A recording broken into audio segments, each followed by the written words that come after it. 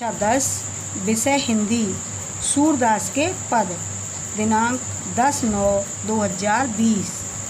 ऊधो मोहे ब्रज बिसरत नाही, वृंदावन गोकुल वन उपवन सगन कुंज की छाही। ... जिन सो हित जदु तात। प्रस्तुत पंक्तियों में सूरदास जी ने अपनी अनूठी लेखनी से ब्रजवासियों के प्रति श्री कृष्ण के सच्चे प्रेम का मोहक और सजीव वर्णन प्रस्तुत किया है। ऊधो मोई ब्रज बिसरत नाही। श्री कृष्ण कहते हैं, हे उद्धव, मैं अपने ब्रज को कैसे भूल जाऊं। ऊधो मोई ब्रज बिसरत नाही। हे उद्धव, मैं ब्रज को भुला नहीं सकता हूँ, मैं कभी ब्रज को भूल नहीं सकता हूँ। वृंदावन गोकुल वन उपवन सगन कुंज की छाई। वृंदावन गोकुल तथा वन ब्रज के वृंदावन गोकुल तथा ब्रज के अन्य वन उपवन तथा वहाँ की सघन कुंज की छाई, कुंजों की शीतल छाया भला मैं कैसे भूल पाऊँगा। अर्थात मैं वहाँ की वृंदावन के गोकुल के वन और उपवनों की अर्थात सघन कुंजों की जो छाया है, जो शीतल छाया है, मैं उसको भूल नहीं सकता हूँ। अर्थात मैं उसको भुला कैसे सकता हूँ, अर्थात मैं भुला नहीं सकता हूँ। प्रात समय माता जसमत और नंद देख सुख पावत। प्रातःकाल मुझे देख करके, प्रात समय माता जसमत और नंद देख सुख पावत। प्रातःकाल होने पर मुझको माता यशोदा और नंद बाबा देख सुख पावत, कितना सुख पाते थे, कितने आनंदित होते थे। माखन रोटी दयो सजायो, अति हित साथ खवावत। माँ मुझको मक्खन रोटी के साथ दयो मीन्स दही, सजायो मीन्स सजाकर बड़े प्रेम से खिलाती थी। माता यशोदा मुझे माखन और रोटी दे करके संग में क्या देती थी, दही देती थी। संग में दही देती थी और दही दे करके बड़े प्रेम के साथ में खिलाया करती थी, बड़े प्रेम के साथ में खिलाया करती थी। अति हित साथ खवावत, हित माने प्रेम के साथ में खिलाती थी। गोपी ग्वाल बाल संग खेलत, सब दिन हंसत सिरात। और हमारा सारा दिन, सब दिन हंसत सिरात, सब दिन सारा दिन हंसते गोपियों और ग्वालों के और सखाओं के साथ में, गोपियों और ग्वालों के साथ में हंसते खेलते बीत जाता था। गोपी ग्वाल बाल संग खेलत, गोपियों के और ग्वाल वालों के संग में सारा दिन हंसते खेलते हुए बीत जाता था। सूरदास धन धन ब्रजवासी, जिनसों हित जदु तात। सूरदास जी कहते हैं कि ये ब्रजवासी तो धन्य हैं, ये ब्रजवासी तो ये ब्रजवासी तो धन्य हैं, जिनसे श्री कृष्ण इतना प्रेम करते हैं, जिनसे श्री कृष्ण इतना प्रेम करते हैं। हे उद्धव, मैं अपने ब्रज को कभी भूल नहीं पाता।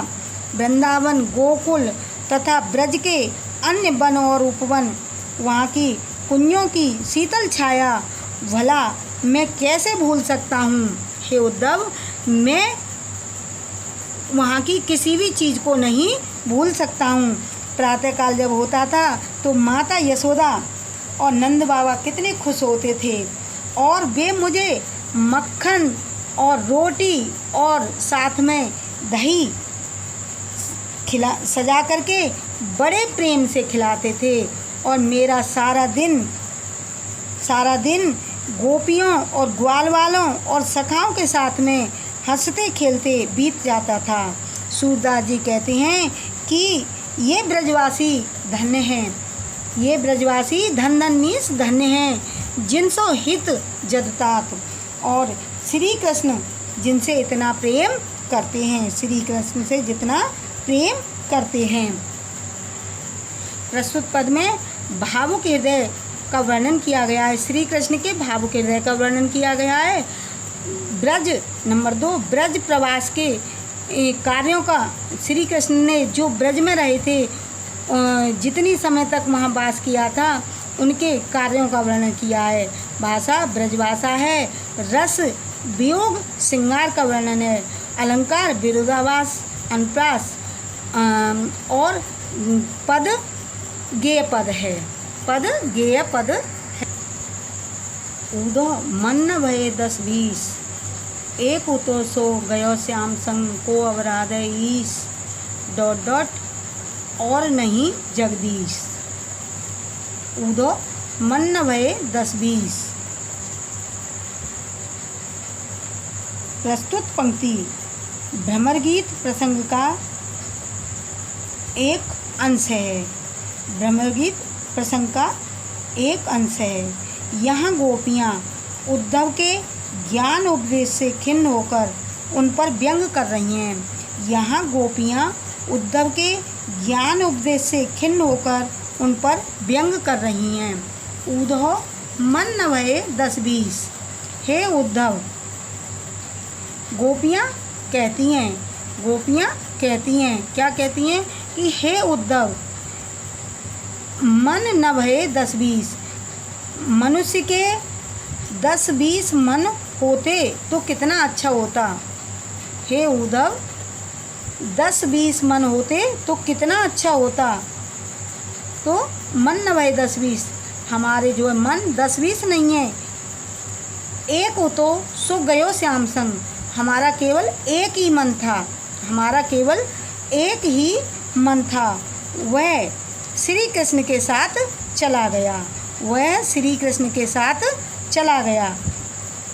हे उद्धव, मनुष्य के 10-20 मन होते तो कितना अच्छा होता, तब वह एक से अधिक व्यक्तियों को एक ही बार में प्रेम कर सकता था, एक ही बार में प्रेम कर सकता था। किंतु मन तो एक ही होता है, मन तो एक ही होता है। एक हो तो सो गयो श्याम संग, अब एक मन था, वो मन भी श्री कृष्ण के संग में मथुरा चला गया, अर्थात श्री कृष्ण मथुरा चले गए, तो हमारा जो मन था वो श्री कृष्ण के साथ मथुरा चला गया, वो श्री कृष्ण के साथ मथुरा चला गया। को अवराध है ईस, अर्थात अब हमारे भी जो है मन एक ही था, वो भी श्री कृष्ण के साथ चला गया। अब आप ही बताइए कि बिना मन के हम आपके इस निर्गुण ब्रह्म की आराधना कैसे करें। हे उद्धव, मन न भये 10-20, हे उद्धव, हमारा तो एक ही मन था, वो भी श्री कृष्ण के साथ मथुरा चला गया। अब हम आपके इस निराकार और निर्गुण ब्रह्म की उपासना नहीं कर सकते हैं, हम इस ब्रह्म की उपासना नहीं कर सकते हैं। इंद्री शिथिल वहीं के सब बिनु, ज्यों देही बिनु शीस, हमारी इंद्रियां ज्ञान शून्य सी हो गई हैं, हमारी इंद्रियां के सब अर्थात श्री कृष्ण के बिना कैसी हो गई हैं, शिथिल हो गई हैं। ज्यों देही बिन शीस, और जैसे कि सिर के रहने पर शरीर कैसा हो जाता है, बिनु शीस, ज्यों देही बिनु शीस, यानी शरीर जो है निर्जीव हो जाता है, उसमें जान नहीं होती है, एक मृतक के समान हो जाता है। तो वैसे ही हमारा जो है, हम लोग जो है ऐसी ही हो गई हैं, अर्थात हम श्री कृष्ण के बिना कैसी हो गई हैं, शिथिल हो गई हैं, हमें जान नहीं है। आशा लग रहत तन श्वासा जीवय कोट बरीस। अब तो केवल श्री कृष्ण के लौट कर आने की ही आशा पर हम जीवित हैं।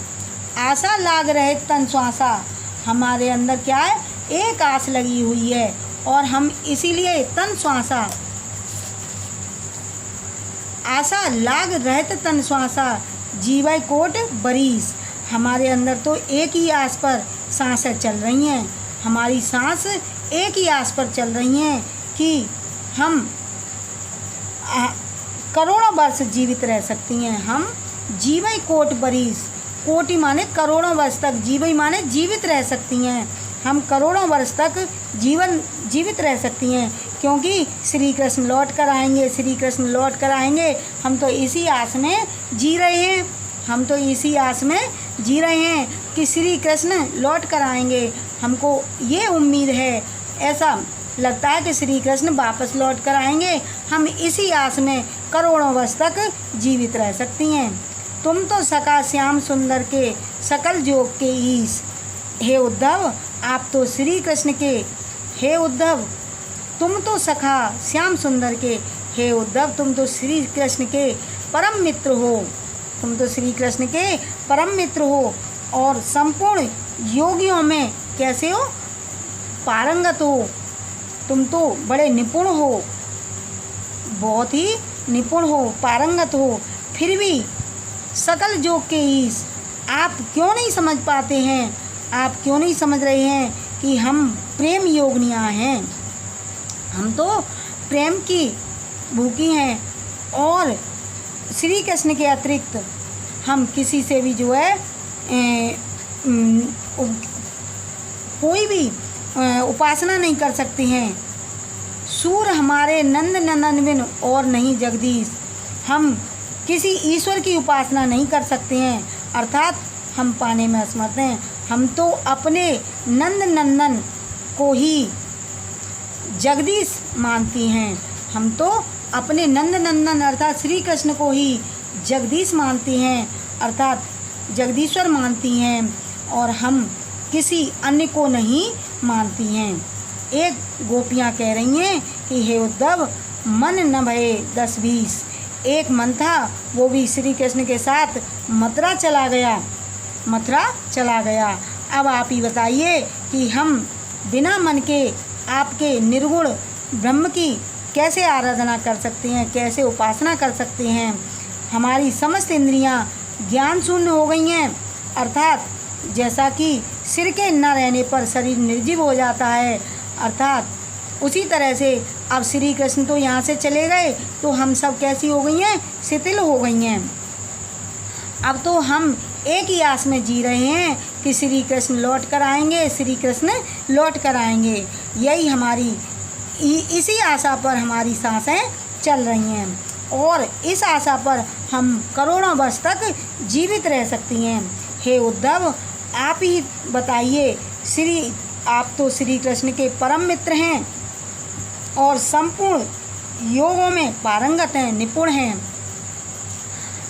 फिर भी आप क्यों नहीं समझ पाते कि हम प्रेम की पुजारिन हैं, हम प्रेम की पुजारिन हैं। हम निर्गुण ब्रह्म की उपासना नहीं कर सकती हैं, हम निर्गुण ब्रह्म की उपासना नहीं कर सकती हैं। श्री कृष्ण के अतिरिक्त हम अन्य किसी ईश्वर की उपासना नहीं कर सकती हैं। हम तो नंद नंदन को ही जगदीश्वर मानते हैं, हम और किसी को अपना ईश्वर नहीं समझते और हम और किसी को अपना ईश्वर नहीं मान सकते, हम किसी अन्य की उपासना नहीं कर सकते।